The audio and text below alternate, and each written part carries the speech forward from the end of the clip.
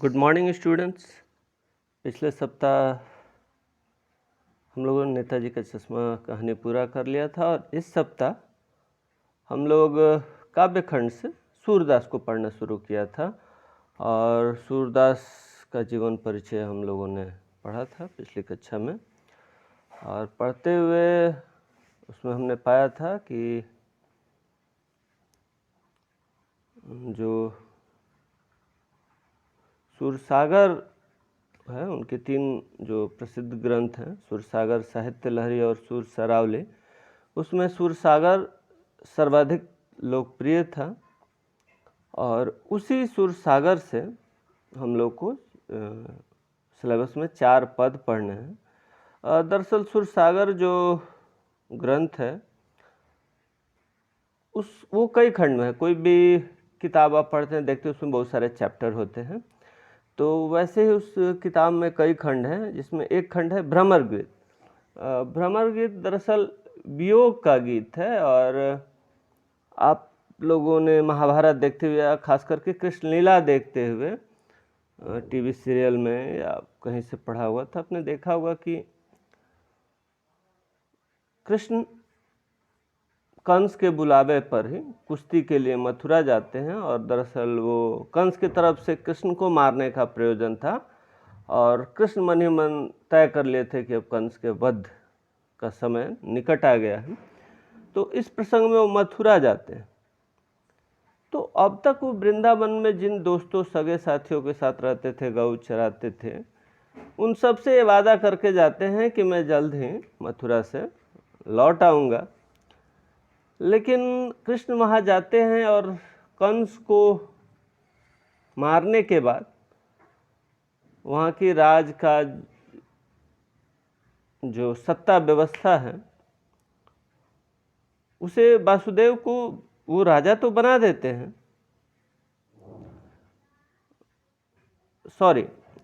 उग्रसेन को राजा बनाते हैं जो कंस के पिताजी थे, जिन्हें कंस ने कैद कर दिया था, अपने पिता को भी, और स्वयं राजा बन गया था।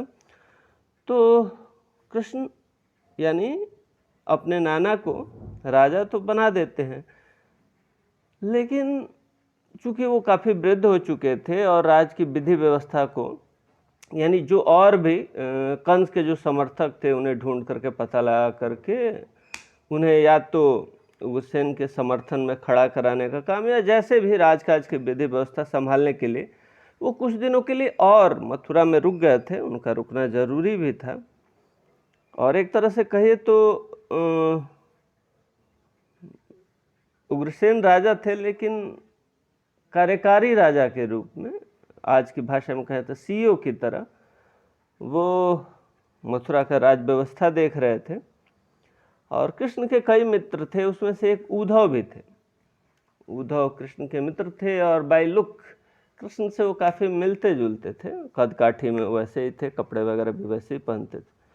तो कृष्ण के साथ जो कुछ लोग गए थे उनमें से एक उद्धव भी थे। जब बहुत दिन हो गया और उद्धव उनसे बराबर बातचीत करते हुए अपने माने तार्किक क्षमता और ज्ञान का, उद्धव को लगने लगा था कि मैं किसी को भी कन्विंस कर सकता हूँ। तो एक दिन कृष्ण उन्हें मथुरा से वृंदावन भेजते हैं, बोलते हैं कि उद्धव जाओ, बहुत दिन हुआ, लगता है वृंदावन लौट पाना फिलहाल संभव नहीं लग रहा है, तो ऐसा करो वहाँ पर जो लोग हैं, खास करके जो गोपियाँ हैं जो हमारे इंतज़ार में हैं, उन्हें जाकर के तुम कन्विंस करो और समझाओ कि कृष्ण की तरफ से ध्यान हटा करके ईश्वर के प्रति ध्यान लगाएं, निर्गुण। आपको मैंने बताया था सूरदास का जीवन परिचय पाते हुए कि उस दौर में 2 विचारधाराएं चल रही थी, एक सगुण और दूसरा निर्गुण। निर्गुण विचारधारा का मानना था कि ईश्वर न जन्म लेता है न मरता है, वो अजन्मा है, अदृश्य है और उसका कोई रंग रूप आकार नहीं होता। तो उस यहाँ पर इस प्रसंग में सूरदास क्या करते हैं कि उस दौर में जब वो लिख रहे थे तो सगुण और निर्गुण ईश्वर की भक्ति को लेकर के जो विचारधाराएं थी, उन दोनों का यहाँ पर विमर्श या डिबेट दिखाते हैं और दिखाते हैं कि कैसे जहाँ उद्धव निर्गुण के समर्थन में बोलते नजर आते हैं वहीं गोपियाँ सगुण ईश्वर को लेकर के बोलती नजर आती हैं और निर्गुण को कैसे नीचा दिखाती हैं, इसका प्रसंग इस पद में मिलता है। तो उसी भ्रमर गीत उस प्रसंग को जहाँ पे गोपी और उद्धव का संवाद हुआ है और कृष्ण के बारे में चर्चा होती है, उसी प्रसंग को लेकर के इन्होंने लिखा है। तो चलिए आइए पहला पद पढ़ते हैं। प्रसंग मैंने आपको बता दिया कि मथुरा से कृष्ण का दूत बन करके या संदेशवाहक बन करके वो वृंदावन आते हैं और उन्हें आता देख करके दूर से गोपियाँ, चूँकि रोज़ वो रास्ता देखती थी, इंतज़ार करती थी कृष्ण का, गोपियाँ समझती हैं, बड़ी खुश होती हैं दूर से आता देखकर। उन्हें लगता है कि जैसे कृष्ण ही आ रहे हैं, चूँकि मैंने पहले ही कहा कि उनका पहनावा जो था, वेशभूषा और कदकाठी, कृष्ण से काफ़ी मिलता जुलता था। लेकिन जब बहुत पास आ जाते हैं, इतने पास कि जहाँ से आदमी पहचान सके, चेहरा देख सके, तो थोड़ा निराश भी होती कि अरे ये तो कृष्ण नहीं है, तो उद्धव हैं। और फिर भी थोड़ा देर अपने दिल को तसल्ली देती हैं और सोचती हैं कि चलो उद्धव आए हैं तो जरूर कृष्ण के बारे में कोई संदेश लेकर के आए होंगे, जरूर कृष्ण हम लोग का हालचाल पूछे होंगे, या शायद उद्धव बता दे कि कृष्ण कितने दिनों में आएंगे, शायद उद्धव उनसे पहले जल्दी जल्दी चले आए हों। लेकिन उद्धव आते हैं तो कृष्ण की कोई हाल चर्चा न करके एक तरह से उपदेश देने लगते हैं कि क्या क्या कृष्ण ये वो, आप लोगों को तो ईश्वर का ध्यान करना चाहिए, ईश्वर सर्वत्र है, हर जगह मौजूद है, आप जहाँ चाहो उसे महसूस कर सकती हो। मतलब इस पद को पढ़ करके एक तरफा संवाद, इसमें एक तरह से हम कहें कि अगर हमारे सामने कोई व्यक्ति फ़ोन पे बात कर रहा हो तो एक तरफ का बात सुन करके भी हम अंदाज़ा लगा लेते हैं कि उधर से फ़ोन पर क्या कहा जा रहा है, इसका रिप्लाई देख करके। तो वैसे ही ये जो पद हैं इसमें गोपियां ही बोलती ज़्यादा नज़र आती हैं, लेकिन इसे पढ़ते हुए अंदाज़ा लग जाता है कि उद्धव ने ऐसी कौन सी बात कही होगी जिसके रिप्लाई में, जवाब में गोपियां ऐसा कहती हैं। तो पहला पद है, वो व्यंग करते हैं। जैसे कमेंट्स में हम किसी को कहते हैं कि वाह आप तो बहुत महान हो, लेकिन दरअसल वो महान नहीं होता है, वो बहुत गया गुजरा होता है, लेकिन हम लोग व्यंग्यात्मक रूप से उसे कहते हैं कि वाह आपका क्या कहना, आप तो बहुत महान हो। तो वैसे ही गोपियाँ उद्धव को कहती हैं। दरअसल ये ब्रज भाषा है, तो आप देखे होंगे कि क्षेत्रीय भाषाओं में हम लोग शुद्ध उच्चारण न करके नाम को थोड़ा सा बदल लेते हैं। जैसे किसी का नाम राजेंद्र है तो रजिंदर हो जाता है, या किसी का नाम सत्येंद्र है तो वो सतेंद्र हो जाता है। वैसे उद्धव उद्धव हो जाते हैं। यहाँ पर उद्धव तुम हो अति बड़भागी। गोपियाँ कहते हैं कि उद्धव तुम तो बहुत भाग्यवान हो, यू आर वेरी लकी। अपरस रहत स्नेह तगाते, नाहिन मन अनुरागी, पुरैन पात रहत जल भीतर, नारस देह न दागी, जो जल माह तेल की गागर, बूंद न ताको लागी, प्रीत नदी में पाँव न बोरे, धृष्ण रूप परागी, सूरदास अबला हम भोरे, गुड़ चाटी ज्यो पागी। दरअसल गोपियाँ कहते हैं कि उद्धव जो कुछ भी तुम हमें उपदेश दे रहे हो, तुम बहुत भाग्यशाली हो कि कृष्ण के साथ रह कर के भी कृष्ण के स्वभाव से, उनके पर्सनालिटी से, उनके स्वरूप से और उनके स्नेह से अपरिचित रहे हो, एकदम कटे कटे हो। यह तो वैसा ही स्थिति है, तुम्हारे मन में न कृष्ण सा प्रेम जगा, न कृष्ण से लगाव हुआ। हम लोग उतने भाग्यशाली नहीं, हम लोग उतने विद्वान नहीं, हम लोग ऊपर तो कृष्ण का जादू, उनका पूरे पर्सनालिटी, उनका स्वभाव, हम लोग तो उनके एक तरह से बहुत प्रशंसक हैं, और कृष्ण के बिना हम लोग इस जीवन का अनुमान भी नहीं कर सकते। लेकिन तुम बहुत भाग्यशाली हो, उनके साथ रह करके भी उनके असर से बचे हुए हो। ये वैसा ही है जैसे पुरैन, यह कमल को कहा जाता है, जैसे कमल का पत्ता या पुरैन का पत्ता आप देखे होंगे, नदी में जलाशय में फूल खिलता है और उसके गोल गोल से चौड़े से पत्ते होते हैं। गोपियाँ कहती हैं कि जैसे पुरैन का पत्ता जल में रह करके भी दूसरे पत्ते को अगर आप पानी में डाल दें तो वो सड़ने लगेगा, लेकिन कमल का पत्ता या जल में ही जो पौधे विकसित होते हैं उन पर उस जल का कोई असर नहीं होता, उन्हें जल नुकसान नहीं पहुंचाता है। या किसी घड़े को तेल का लेप कर दिया जाए और उस पर पानी डाला जाए तो पानी का एक बूंद भी नहीं ठहरेगा। तो कहते हैं कि तुम्हारा जो व्यक्तित्व है चिकने घड़े की तरह है, तेल से सने हुए घड़े की तरह है, तुम पर कृष्ण का जरा सा भी असर नहीं होता तुम बहुत महान हो, तुम बहुत भाग्यशाली हो। हम लोग वैसे नहीं हैं।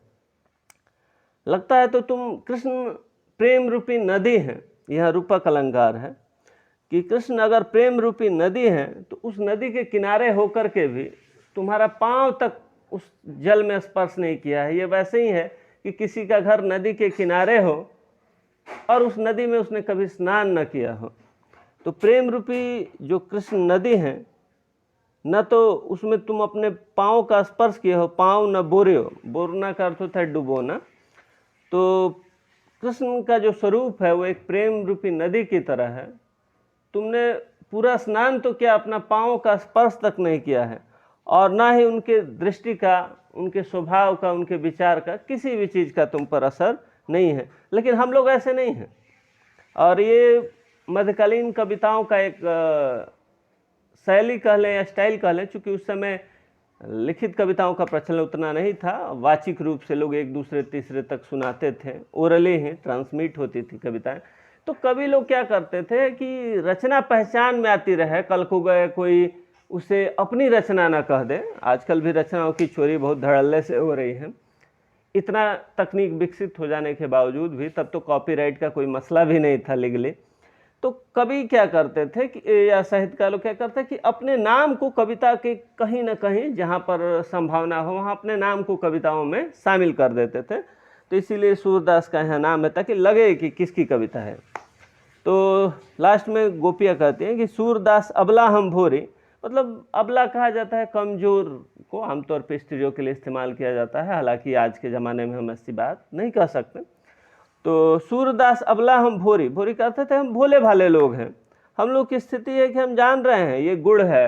अगर कृष्ण का जो व्यक्तित्व है उसे हम गुण कहें तो हम लोग का हाल चींटियों से रिखा। हम जान रहे हैं कि वो गुण है, अगर वहाँ जाएंगे तो उसमें लपटा जाएंगे, उससे अलग हमारा निकलना मुश्किल हो जाएगा। ये सब जानते हुए भी हम लोग चींटियों से रिखा उस गुण तक पहुँचते हैं। यानी कृष्ण के व्यक्तित्व से, हम लोग के जीवन से अगर कृष्ण निकाल दिया जाए, कृष्ण का नाम हटा दिया जाए, तो हम लोग अधूरे हैं या फिर हम लोग नहीं हैं। तो हम लोग के लिए कृष्ण उतने ही आकर्षक हैं जैसे किसी चींटी के लिए गुड़ आकर्षक हो सकता है। तो पहला पद में गोपियाँ को आपने देखा कि अपने तर्क क्षमता से, अपने तार्किकता से उद्धव को वो लोग परास्त करने की कोशिश करती हैं, या उन्हें बताने की कोशिश करते हैं कि नहीं, ये आपका जो सिद्धांत है या तरीका है, आप भाग्यशाली हैं, आप में उतनी विद्वता है, आप समझ रहे हो, हम लोग ना उसे समझना चाहते हैं ना जानना चाहते हैं। आइए दूसरा पद में हम लोग देखते हैं।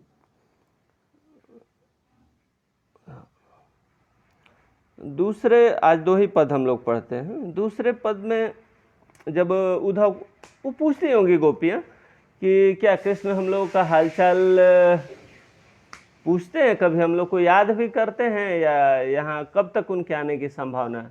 तो उद्धव कहते हैं कि नहीं, कृष्ण तो यहाँ की कोई चर्चा भी नहीं करते। दरअसल ये सब कुछ कह करके उद्धव किसी तरह से कृष्ण के प्रति गोपियों का जो लगाव है उसे खत्म करना चाहते थे और इनके लगाव को निर्गुण प्रेम की ओर मोड़ देना चाहते हैं। वो कहते हैं कि नहीं, कृष्ण को फुर्सत कहाँ, उनका पूरा समय तो मथुरा की राज व्यवस्था को संभालने और उसे दुरुस्त करने में ही चला जाता है, वो तो कभी याद भी नहीं करते। तो बड़ी दुखी होती हैं गोपियाँ और कहती हैं कि मन की मन ही मांझ रही।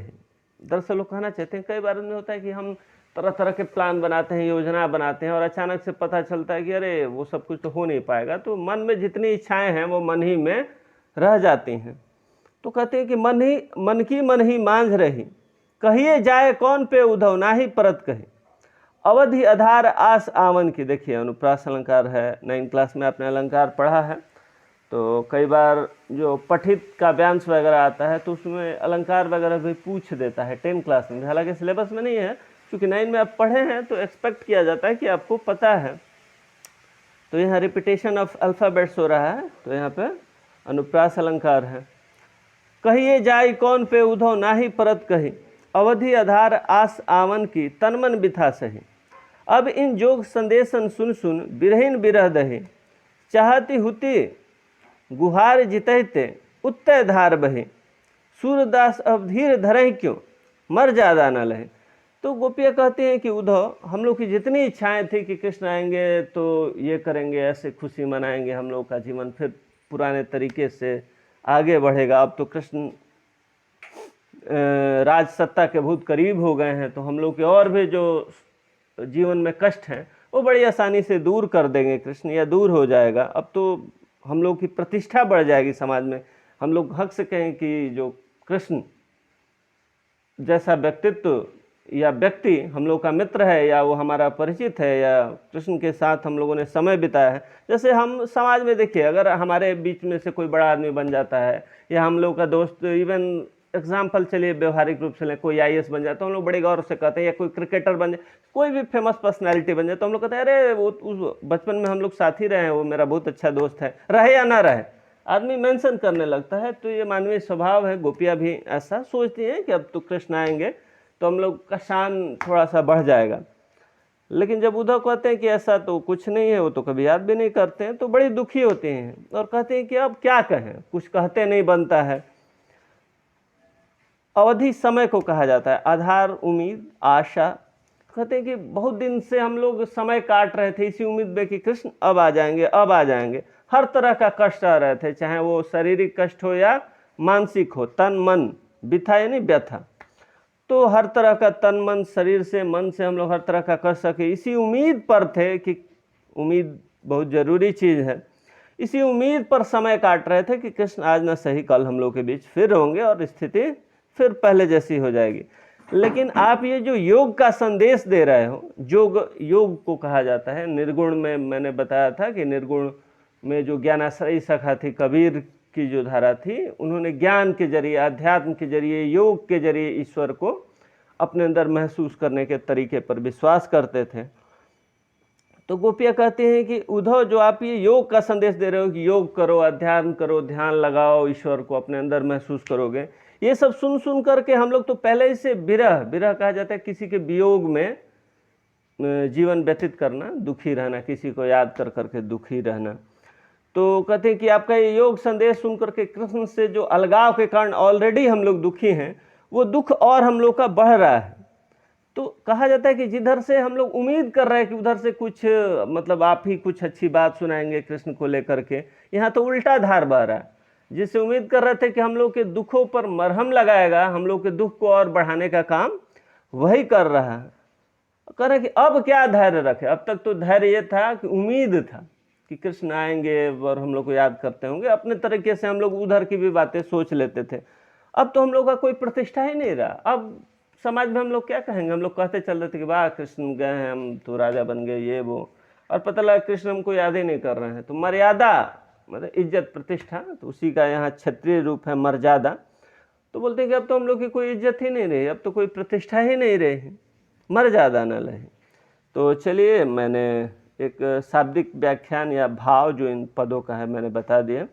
आज हम लोगों ने 2 पद पढ़ लिया, और चलिए आज के लिए इतना ही। आप भी कोशिश करेंगे कि 1-2 बार इस पद को पढ़ लें, और कल हम लोग तीसरा और चौथा पद पढ़ते हैं। आज के लिए इतना ही, धन्यवाद।